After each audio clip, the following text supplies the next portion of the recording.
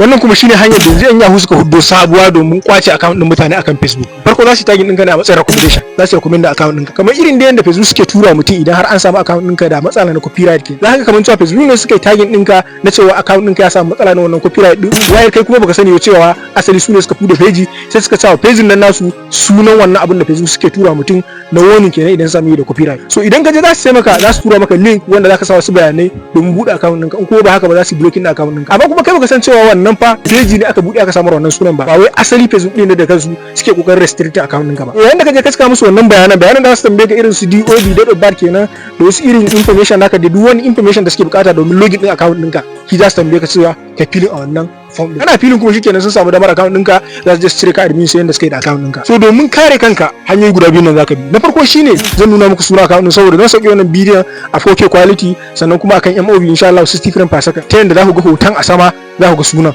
So ka je ka sacin din sunan tun kafin su biyo ta kanka. In kai sacin din wannan sunan sai ka blocking din sai yanda kenan kwata-kwata ba za su ga page ka ba.